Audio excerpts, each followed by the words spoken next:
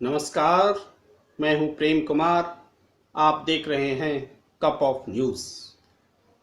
Cup of news में आज हम चर्चा करने जा रहे हैं देश में बहुप्रतीक्षित राफेल डील की, जिसके तहत राफेल के विमान भारतीय वायुसेना के बेड़े में अब शामिल किए जा चुके हैं। एक बहुत पुराना प्रयास, एक बहुत पुराना सपना सच हुआ है और हमारे देश की सैनिक क्षमता में वृद्धि हुई है। इस अवसर पर यह सवाल, ये जिज्ञासा, ये जानने की इच्छा देश के लोगों में है कि राफेल के आने के बाद से हमारी सामरिक क्षमता में, युद्ध लड़ने की क्षमता में क्या वृद्धि हो रही है? वृद्धि हो रही है तो कितनी वृद्धि हो रही है? और जो मसला बहुत साल से लटका हुआ था, 2006-07 से लेकर के 2020 में वो एग्जीक्यूट हुआ, लागू हुआ, तो जो ये इतनी देरी हुई है, इस देरी की वजह से देश को क्या नुकसान उठाना पड़ा है, ये सारी बातें हैं जिसको देश जानना चाहता है और जानने की कोशिश करता रहा है। राफेल से जुड़े हुए विवाद भी सामने रहे हैं, उस पर भी देश की जनता को समय समय पर जानकारी मिली है और ये एक अवसर है कि जब हम इस बात का अवलोकन करें कि राफेल के आ जाने के बाद और जो बाकी बचे हुए डील के तहत राफेल के जेट विमान आने हैं, उससे हमारी सामरिक क्षमता, हमारी ज़रूरत क्या वाकई पूरी हो रही है। निश्चित रूप से जब राफेल के विमान हमारे देश में हमारी सामरिक क्षमता में जुड़ते हैं, उसकी क्षमता को बढ़ाते हैं, तो जो राफेल में जो तकनीकी है, जो मॉडर्नाइजेशन राफेल में दिखता है, जो उसकी संहारक क्षमता है, जो उसकी तेजी है, स्पीड है, अंधेरे में काम करने की क्षमता, हवा से हवा में मार करने की क्षमता, हवा से ज़मीन में मार करने की क्षमता, और वो उसको दुनिया के आधुनिकतम हथियार में शुमार करती है और इसलिए ये महत्वपूर्ण है। हमारे पास पहले से जो विमान मौजूद हैं, लड़ाकू युद्धक विमान, उसके मुकाबले भी इसकी क्षमता बहुत अधिक है। निश्चित रूप से इससे हमारी सामरिक क्षमता में बड़ा फर्क आने वाला है, मगर ये संख्या बहुत कम है। राफेल डील में सिर्फ और सिर्फ 36 विमानों का सौदा किया गया, जबकि जब ये सौदा शुरू हुआ था तब 126 विमान लिए जाने थे। एक चिंता का विषय कि जब हमारी ज़रूरत 136 लड़ाकू विमानों की थी, 136 ये 126 राफेल विमान लिए जाने थे, तो उसकी जगह सिर्फ 36 का सौदा क्यों हुआ? ये जो 36 का सौदा हुआ, 36 राफेल का 58,000 करोड़ रुपए में अनुमानित है कि यह सौदा हुआ और पहले के मुकाबले यह महंगा भी रहा। ये वक्त के हिसाब से चीज़ें महंगी भी होती जाती हैं, कुछ इसमें तकनीक का भी समावेश हुआ, इसलिए इस वजह से भी महंगी हुई। लेकिन महंगाई को हम एक तरफ कर लें, ज़रूरत को सामने रखें, तो ज़रूरत के हिसाब से जब हमारी ज़रूरत 126 विमानों की थी, तो 36 विमानों से ये ज़रूरत कैसे पूरी होगी? ये एक महत्वपूर्ण सवाल है। देखिए, स्क्वाड्रन में हम मापते हैं अपनी हवाई क्षमता को, बेड़े की क्षमता को, और कम से कम जो आवश्यक है वो माना जाता है कि 42 जो स्क्वाड्रन हैं वो होना चाहिए। तो 42 का मतलब के मुकाबले आज हमारे पास सिर्फ 28 है, 28 बेड़ा है, 48 होने चाहिए, 42। तो अगर 28 और 42 का हम हिसाब देखें तो 14 दूनी 28, 14 तिया 42, यानी 3 की क्षमता के मुकाबले 2 हिस्सा हमारे पास मौजूद है। अगर 3 विमान की ज़रूरत है तो 2 विमान मौजूद है। मतलब ये कि 3 में 1 की कमी है, यानी 30%, 33.33% क्षमता से जो आवश्यकता है उस आवश्यकता से कम विमान हमारे पास मौजूद है। दूसरी बात यह है कि जिस हिसाब से नए विमान हमारे वायुसेना में जोड़े जा रहे हैं उसके मुकाबले उससे अधिक रफ्तार से रिटायर हो रहे हैं। हाँ, रिटायर हो रहे हैं विमान जो अधिक लंबे समय तक हमारी जिन्होंने सेवा की वो एक समय के बाद रिटायर होते हैं। सुखोई है, मिग है, तरह तरह के जो हमारे यहाँ फाइटर विमान हैं वो रिटायर होते चले जा रहे हैं। तो क्या हम उसके मुकाबले खरीदारी कर पा रहे हैं? और खरीदारी नहीं कर पा रहे हैं तो क्यों नहीं कर पा रहे हैं? राफेल के मामले में ही अगर 126 राफेल की ज़रूरत थी तब उस बारे में जो सवाल उठे कि हम कम क्यों खरीद रहे हैं, तो हमारी सरकार ने हमें बताया कि हम अधिक से अधिक मेक इन इंडिया को प्रमोट करना चाहते हैं और इस वजह से जो बाकी विमान हैं वो विमान हम अपने ही देश में बनाएंगे।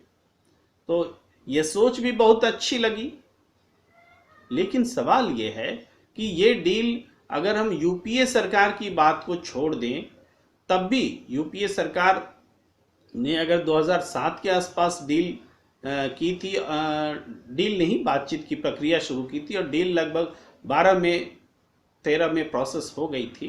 तो उसके बाद से नरेंद्र मोदी जी की सरकार, वर्तमान बीजेपी की सरकार 2014 के बाद से अब तक बनी हुई है। तो हम एक देरी तो 7 साल की यूपीए सरकार में करते हैं और 6 साल की देरी एनडीए सरकार में करते हैं, और जब विमान हमारे पास आता है तो हम 5 और 7 की संख्या में विमान पा करके आह्लादित हो जाते हैं।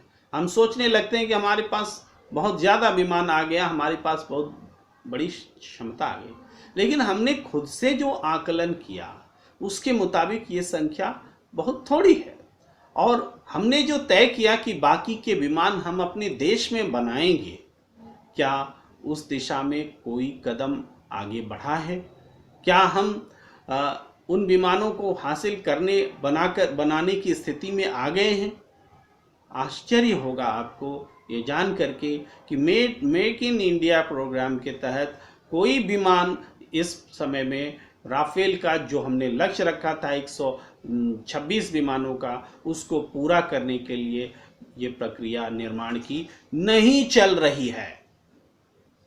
बहुत गंभीर बात है कि हम 126 राफेल विमान चाह रहे थे और 36 मंगा रहे हैं, और बाकी जो 90 बचे वो 90 राफेल विमान को हमें अपने देश में मेक इन इंडिया के तहत बनाना था। ऐसा हमारी सरकार ने वादा किया था और ये हमारी ज़रूरत है, लेकिन इन ज़रूरतों के हिसाब से ये विमान मेक इन इंडिया के तहत हिंदुस्तान में नहीं बनाए जा रहे हैं। ये बड़ा प्रश्न है। तो ये प्रश्न ऐसा है जो हमारी चिंता को, जो युद्ध संबंधी चिंता है, रक्षा संबंधी चिंता है, उसको बढ़ावा देता है। दूसरी महत्वपूर्ण बात है कि हम राफेल खरीदते समय भी आपात स्थिति में आकर के राफेल का सौदा करते हैं, इमरजेंसी लेवल पर मीटिंग करके उसको तय करते हैं, और उसको हासिल करने का जो डेडलाइन रखते हैं वो भी 2019 रखते हैं। वो अभी समय पर नहीं आता है, और अब एक बार फिर जब आ भी रहा है तो हम उसको कह रहे हैं कि इमरजेंसी में हमने इसको मंगाया। तो इमरजेंसी की आवश्यकता अलग होती है, और इमरजेंसी में हमें और भी खरीदारी करनी पड़ सकती है। सवाल ये, हम रूस से भी खरीद रहे हैं, S-400 का जो पूरा जखीरा है उससे भी बातचीत चल रही है, मगर प्रश्न ये है कि हम आपात स्थिति के आने का इंतज़ार क्यों करते हैं? क्यों हमें आपात सौदे करने पड़े? क्यों नहीं हम दीर्घकालिक सोच करके अपनी क्षमता को, सामरिक क्षमता को मजबूत करते रहें? इसमें इस सरकार और उस सरकार की बात नहीं है, ये किसी भी सरकार में यह होना चाहिए, और नहीं होता है तो यह हमारी चिंता का सबब है।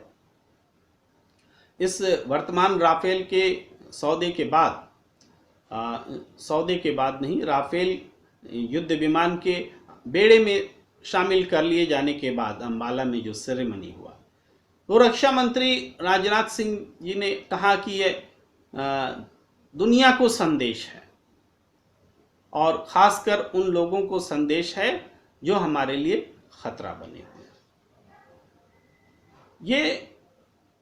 ये बात समझ में नहीं आई कि राफेल का सौदा तो 2016 में हुआ, बातचीत 2006-07 से चल रही थी, एक और सौदा 12-13 में हुआ था जिसको रद्द करके दूसरा सौदा हुआ।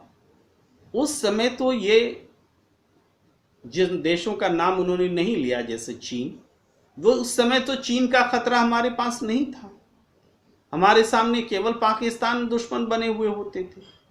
तो ये पूरे सौदे को ला करके एक पॉइंट पर ये पटक देना और कहना कि चीन जैसे देशों को जो हमारे देश के लिए खतरा है उनके लिए ये संदेश है, तो ये सिर्फ बयानबाजी हो सकती है, इसका यथार्थ से वास्तविकता से इसका कोई संबंध नहीं है।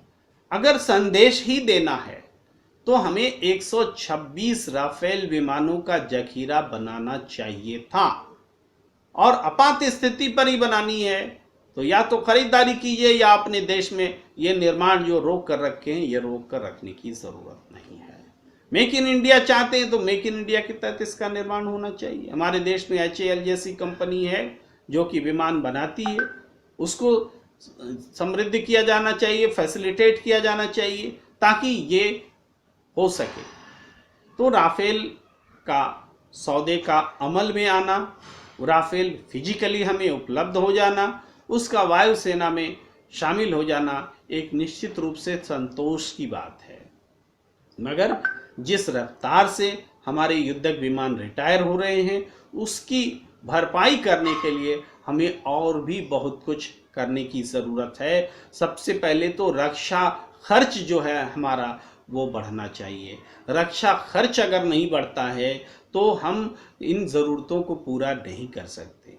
दूसरी अहम बात है कि जो हमारा रक्षा खर्च है उसका बड़ा हिस्सा वेतन और पेंशन में जाता है और बहुत थोड़ा हिस्सा रह जाता है जो कि सेना के आधुनिकीकरण में खर्च हो सके। इस स्थिति को भी बदलने की ज़रूरत है क्योंकि ये रक्षा बजट नहीं कहलाया कि अगर हम वेतन बांट रहे हैं।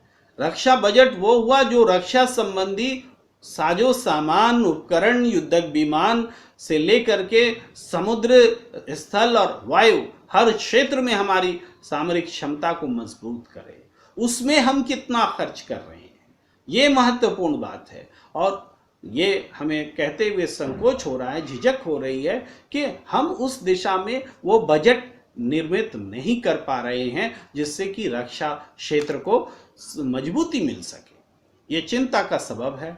और फिलहाल आज के समय में अगर सरकार और विपक्ष सब लोग मिल करके रक्षा के मामले में जो देश का मसला है उस मामले में हम एक ऐसी नीति पर चलने का संकल्प लें जिसमें हम आत्मनिर्भर हो सके।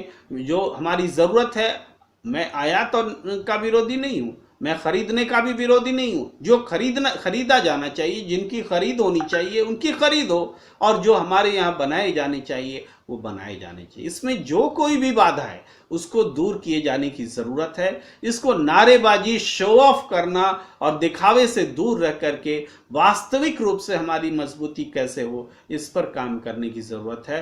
इतना कहते हुए कप ऑफ न्यूज़ में धन्यवाद करने का वक्त है। आप लाइक कीजिए, सब्सक्राइब कीजिए और हमारे कप ऑफ न्यूज़ से जुड़े रहिए, हमारा हौसला अफजाई करते रहिए। हम आपके साथ बने रहेंगे। मुझे दीजिए इजाज़त। नमस्कार।